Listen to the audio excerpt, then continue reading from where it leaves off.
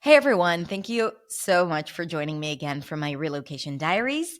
Today, I just want to give you a quick update about life, about where we're at in our relocation journey, and maybe some philosophical questions that I currently ask myself about how to balance between being in my routine and also being out of my routine, or how to balance between the two. So I'm recording this at the beginning of May, which means that we have been here for 4 months, 4 full months, which feels like a lot, but also really like not enough to say, okay, we feel settled in or we feel comfortable in our new place. But at the same time, it's been 4 months and it's the first time that I can tell you that I feel like we have settled in and we have started creating a home for us. And I know that some of you might tell me, some of you who have immigrated or relocated, you might tell me, oh, Hadar, you silly goose. You have no idea what's waiting for you. It takes about a year or 2 years, which is what people usually say about getting comfortable once you move to a new country or settling in or making a new home for yourself. But here's what I know about me and my family. We have our own rhythm and sometimes it's like peaks, and right now after 4 weeks, I have a few indications that tell me, okay, now I feel like we are starting to settle in. And it's not even about the fact that my house is a bit more organized, and it is. Like, we finally got our couch. So we have a couch. It took a long time to get here. And it took quite a while for it to get here. And we brought some of our paintings here. So we have paintings and photos on the walls. Of course, there is still a long way to go, but it feels like we have everything that we need. So, yes, that is like a physical indication, but that's not what I'm talking about. So, two things that came up for me today as I was thinking about this idea of settling in. So, the first is that our mornings seem to be a lot smoother. So, since we got here, our mornings have become like a daunting period of the day. It was so hard to get them ready, to prepare food, to get them out on time. We used to have a lot of arguments and temper tantrums and tears, not by everyone, but by some. And by the time I would put them up on the school bus, I'd be like, ah, I'm done with the day. And that's like 7:30 a.m., you know? And recently, so that has been the case for the first 3 months of us living here. Then we had spring break. We had a few guests visiting Barcelona. So we had a lot of exciting things happening. And then we had our holidays. So we went back home. And now we're back into our routine. And I was really afraid that it's going to be really hard to kind of like restart our morning routine. But actually, it has been, knock on wood, super smooth. And today we had like such a cheerful morning, and my daughter was like making her lunchbox herself, and they were getting ready on time, and they were like happy, and I was happy, and I had time to drink my coffee. So that felt super chill. And I said to myself, okay, maybe this is how our mornings are going to look like from now on, except for occasional issues. But like, it feels like they have accepted the fact that this is it. Like, we wake up early, we get ready, and we have to leave on time because we can't be late for the school bus. And it feels like that is just a fact, and we have adapted to it.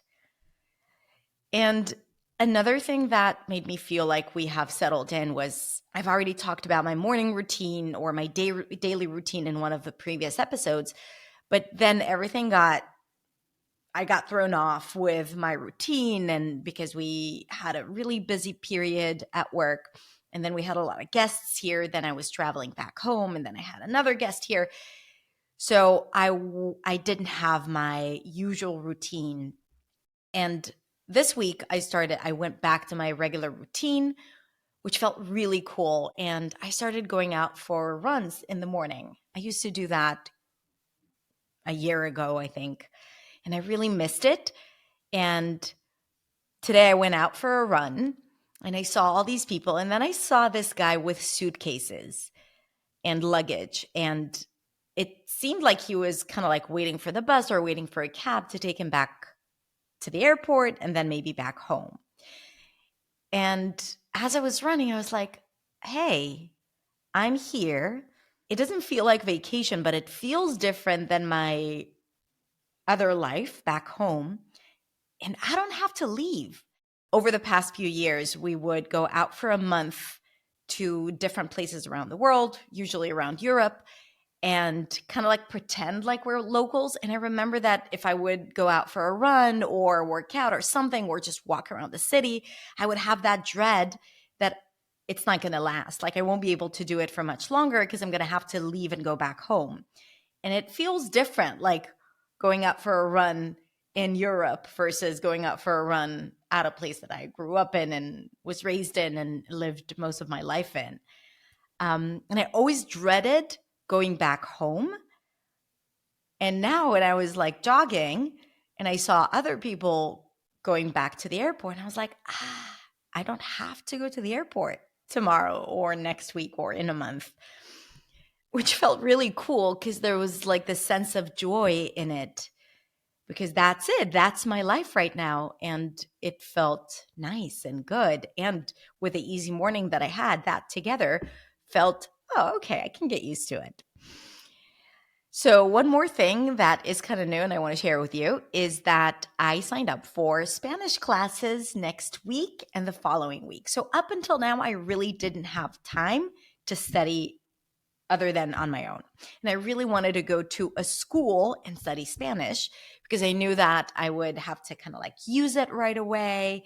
And when I'm home working on my computer, because I have a digital business, it feels like whenever I'm on my computer, it feels like work. And I felt like I wanted to do something else and feel the city. And this is why I didn't choose an online program to study Spanish, even though I truly believe in the effectiveness of online programs because I have one. I have several. And I do believe you can study a language online. But for me, it felt like, okay, like that's my opportunity to actually be in the city and do things in the city. But I haven't had any time. Like I was so busy with work. So finally, as I'm getting back to my new routine, I'm like, I'm going to clear out my schedule over the next 2, 3, and even 4 weeks and start studying Spanish daily. So I took an intensive course next week. It's like from 9:30 until 1 p.m. And the following week is going to be like maybe a little less, maybe 2 hours a day, but still I'm going to do it daily because on my goal list, um, I want to be fluent in Spanish and I'm far from it right now. And I have to start doing something about it because if I want to record a podcast in Spanish, which is a goal of mine, then I got to do something about it. And I'm getting better. I have a funny story, but like I'm getting better at, learning new words, definitely with understanding. I understand so much more. And I'm opening myself up to asking questions, even questions that I don't exactly know how to ask. Like I'm really putting myself in certain situations that I haven't before. And I'm very proud of myself for that. I'm using Google Translate less and less, especially with written communication. And sometimes it goes well, especially in restaurants. People understand everything and they think I'm fluent in Spanish. And sometimes the other day I went to my cleaner. She's such an amazing human being. Like she's really remarkable. Her name is Mari. And I wanted to ask something that was a little more complex. And I kind of like collected all the words in my head. And I said, okay, I know how to say it. And I think it's going to be enough for her to understand me. So I go to her and I was like, hey, Mari. And I say what I want to say in this like complex way. And by the time I'm done, I'm like, yes, I did it. All the words were available to me, and I really expressed everything that I wanted to say. And then I looked at her, and she looked at me with such a confused look. She was like, what do you want? And there I was, so proud of myself that I was able to put everything together. Um, and then she's super intuitive. So she just repeated what she thought I had meant. And I think that was it. But, I get an A for effort. Anyway, so I'm going to start learning Spanish soon, which means that I'm starting to live the life. Also, we have a big event coming up here in Barcelona for our students. So that is also something we're working towards. Again, like being in the city, doing something in the city for my students, for my community. My team is going to come from all over Europe and the US for this event, which is also super, super exciting. So that is what's coming up for us. So, yeah, so I just wanted to share that, like where we're at 4 months after the move. And I guess the second thing I wanted to discuss today, or kind of like share with you, is really my personal struggle with balancing between having a routine and then getting off that routine because of all these other things that are happening, either a big project at work or a vacation, a holiday, someone's visiting you, you get sick, right? Like it feels like in our head, or at least in my head, and I don't know how it is for you, and you can share that with me in the comments or on Instagram. If you don't follow me, come follow me at hadar.accentsway. It feels like in our head, we want to be in our routine if we like it, right? Assuming we like it, and I like my routine very much. We want to be in it like 95% of the time, and we're okay with 5% of changes. But in reality, it's like 50-50.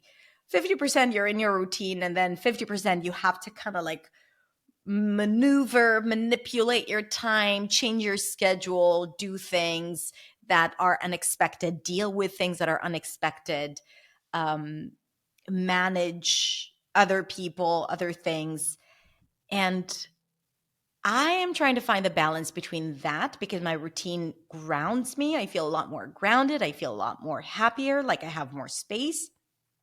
And sometimes when I do other things, I don't want to give up on them. Let's say when our family is visiting us or good friends that I just want to spend time with them, or when we go on vacation.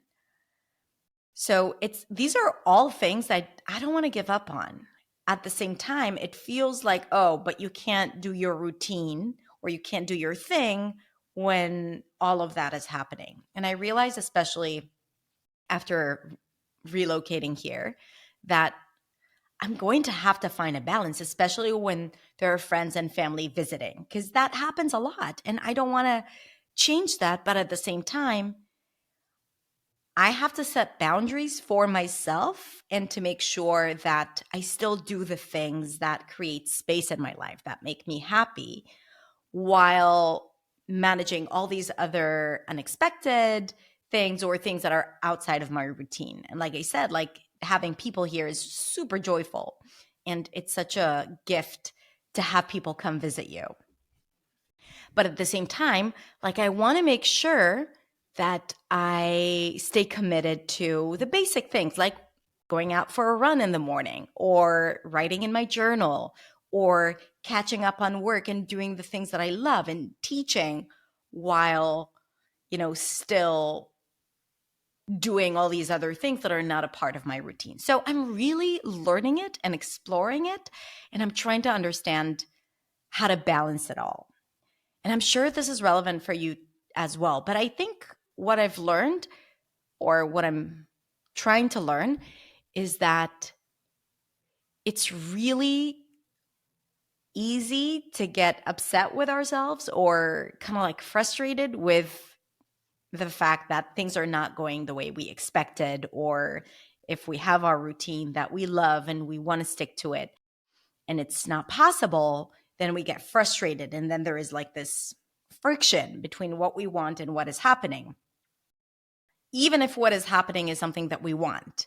And this is also from conversations with my friends who live here who also try to juggle between those things, because that's how it is.